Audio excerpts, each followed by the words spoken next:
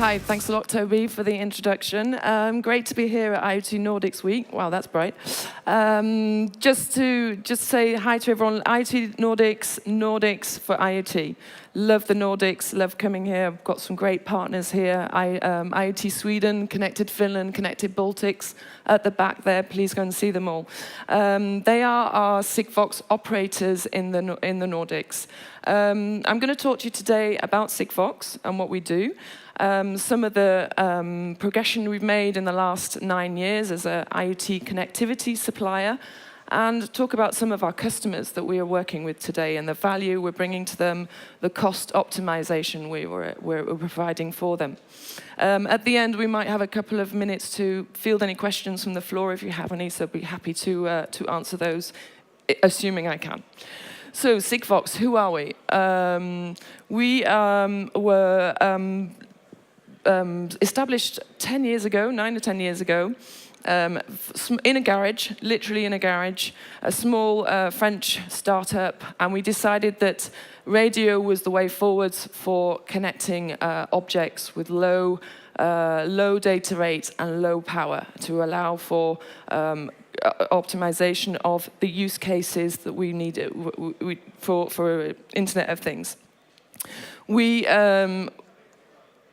We use the public radio spectrum of the ISM band. Why do we do this? Well, this allows us to optimize cost also. We're using unlicensed bands, so we're not paying for expensive licenses like the mobile operator networks. And we realized that small data rates were key for massive IoT adoption. Marco Patronen from Connected Finland talked at length yesterday about what we're doing with the data load, the payloads we have in those messages. So it's 12 bytes. It's very, very tiny amounts of data. You couldn't even send a text message with what we're doing, but it's enough to send movement, heat, moisture, humidity, very basic data that will give you enough information for you, your company, to extract that data, turn it around, and make the optimal use of it. So, how does it work? We have our Sigfox operators per country. So, as I explained, we have an operator per country in the Nordics, but we also have operators all over the world.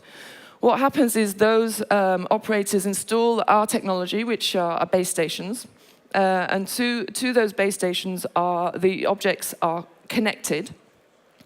The base stations are then connected via the internet to our centralized Sigfox cloud. This is an important point because there's no mesh-type network. It's just device to base station to the cloud.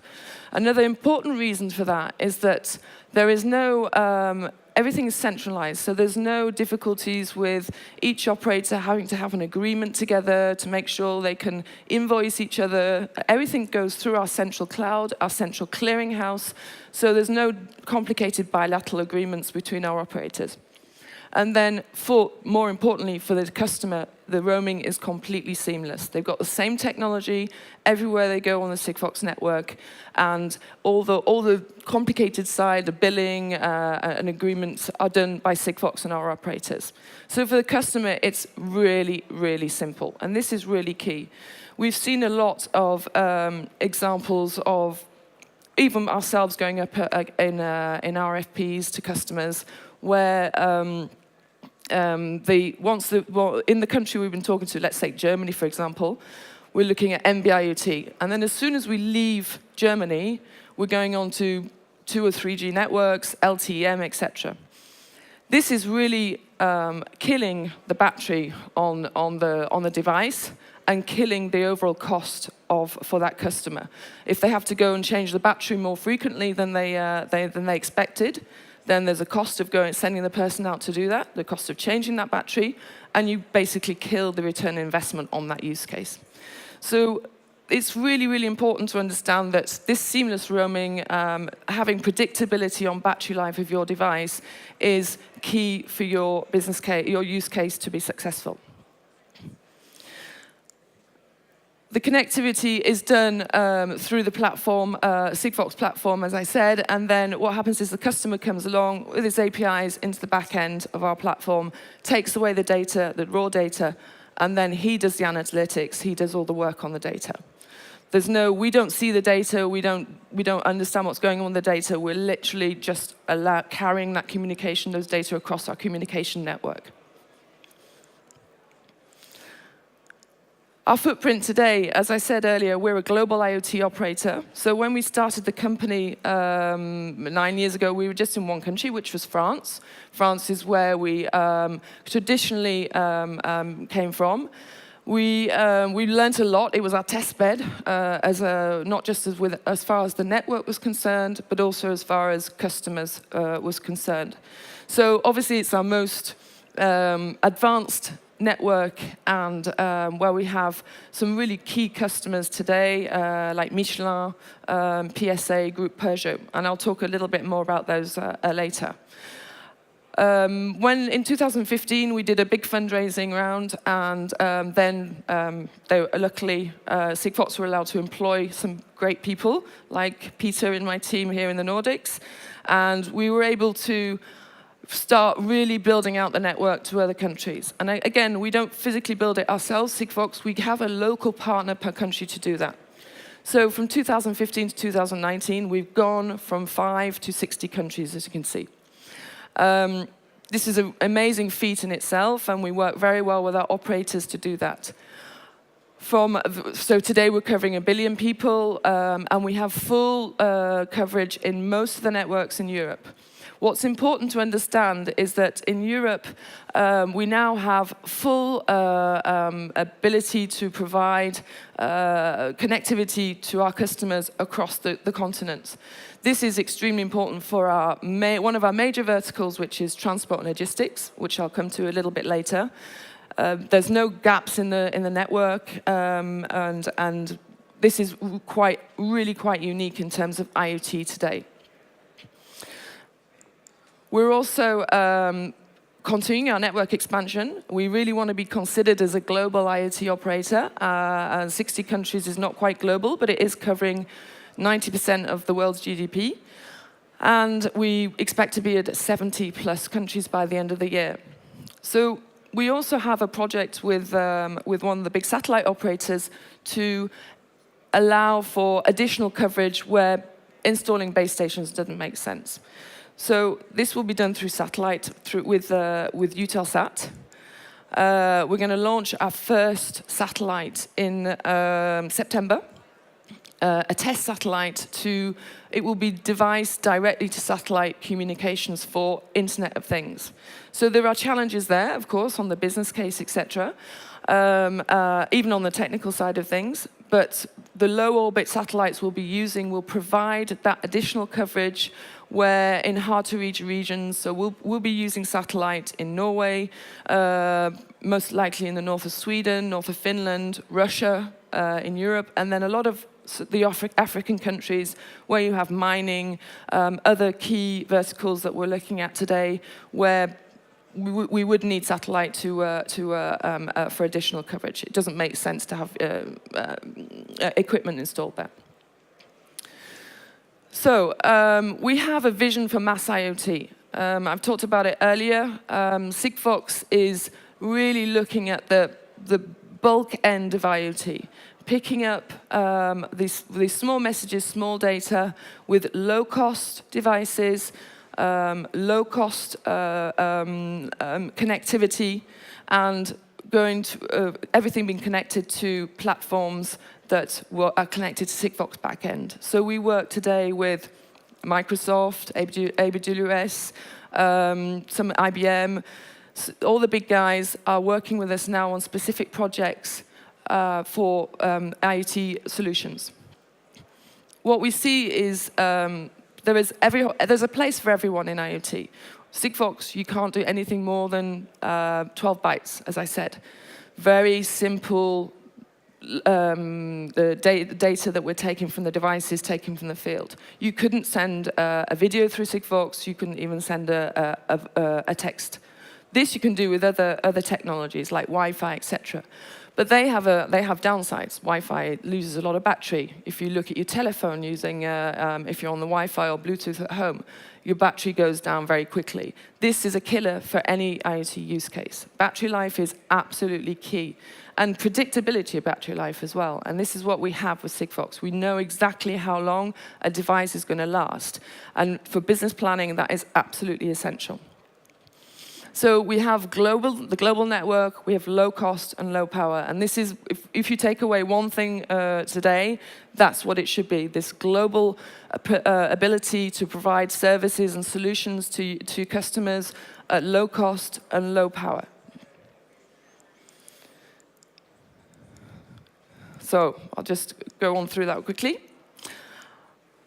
We offer a global SLA along with that. This is all good news as well. We have some blue chip customers on our network today. They want to know that it's going to work. So we have strict SLAs for ourselves, for our Sigfox operators, that we outperform regularly. This is absolutely key for our customers, along with the security on the network. I won't go into too many details today, but each device has its own ID that is recognized by the Sigfox backend. If that ID is not in the backend, then the device can't connect to the network. And then we can do more things on the device side to encrypt messages, etc. It depends on how much security you want on those messages. If you're just getting some very basic information from on humidity in a field for agriculture, you probably don't want to encrypt those messages. If you're doing things on oil pipelines, you may want to, especially if it's coming from Russia. So we're positioning ourselves today not just as an IoT operator, but as a 0G network. 0G, we all know 3G, 4G, 5G. 0G is really a base technology. This sort of technology you can put in anything, in a telephone, and we can use it as backup for broadband, and I'll go into details later. But it's really key for us to position ourselves not just as an IoT operator, because as we've moved forward as a service provider, we've realized that we're not just doing IoT applications. We're providing backup communications for other type technologies. And again, I'll go into some details about that later. One of the features of the network is the anti-jamming feature. Our network is extremely robust. One of our use cases, and I'll talk about show you the slide in a second, is we have a very big home alarm security provider as one of our customers. They are, in some of the southern European countries, their home alarms are based on 3G connectivity. What they discovered was that there were some very sophisticated devices, very low-cost devices, that were able to jam the signal of for the home alarm on 3G. So this was really very difficult for them to manage. And someone in their product development team discovered Sigfox 5 years ago and saw an opportunity to have Sigfox as this standalone backup technology, very robust to jamming, that they could use as a sort of competitive differentiator and also to monetize to the market. So this company did so very, very successfully. They're the leader in their market in Spain, Portugal, and France. And they use the Sigfox network as a marketing tool to show that they have this additional level of security that their competitors don't have. And again, they were able to monetize this quite successfully. Another way we've been doing it is we've been using our connectivity as backup for broadband. So we have a customer who does set-top box, and provides connectivity, ADSL connectivity. But they realized that they weren't able to troubleshoot, they weren't able to monitor audience, they weren't able to preempt on problems that their customers were having. Customers were ringing up their call center, spending time on the phone, costing the operator money because people are answering these calls. And in fact, it was something that could be easily detected at the source of the box because a cable was taken out or there was no power supply, etc. So we did this with one of the customers in France called Free. I'll just move to the slide. So they all their set-top boxes now and for the IPTV and cable and fiber now have Sigfox connectivity as backup. So this is another hugely successful way of using Sigfox as a zero-G network. And then they also realized that, in fact, well, they could do some of the home intrusion things we were doing with the home alarms company. So they're now selling intrusion detection devices along with the box. So not only were they using the connectivity as a backup and a source of for troubleshooting, but also as a value-add service, saying, well, you don't want an expensive alarm system, maybe you don't have the resources for that. But if you buy a couple of intrusion detections and put them on your door, these are connected to the box with Sigfox connectivity. So we again find this robust unjammable connectivity that's there and adding a service to their box. So this was a really, really good thing we found with them, and it's sitting down with the customers and talking to them and looking at what else has been done in the network. One of the things that we're very conscious of is the cost. I said it before. We've talked about low power and low cost. We have an extremely vibrant ecosystem. We're a very open ecosystem. Our protocol is totally open as well. And one of our main aims from the beginning was to have a neutral ecosystem. Anyone could become Sigfox certified because we needed as many companies in that ecosystem to drive the price down. So we've got to the point today where we have modules that are less than $2. Also, a Sigfox network is a lot less cumbersome to build. You need less antenna. You don't need to pay for the license for the band. And compared to a mobile operator network, it's very, very cost effective. And then, of course, as I said, we don't have lots of cloud computing services all over. It's just one unique cloud. It's a complex thing that we do at the central cloud, but it takes all the complexity away from the customer, and that's where we need to be. So just a sort of idea on the modules. So one of our biggest verticals today, given the networks we have and our sweet spot as a technology, is transport and logistics, as Toby said earlier. We work with companies like IBM PSA, Michelin, Airbus, and they're all wanting to track either expensive assets or track crates where they have spare parts in them that are part of the supply chain. And if they don't know where they are, then that has a severe impact on the supply chain. They also want to track the crate itself because it's an asset for them.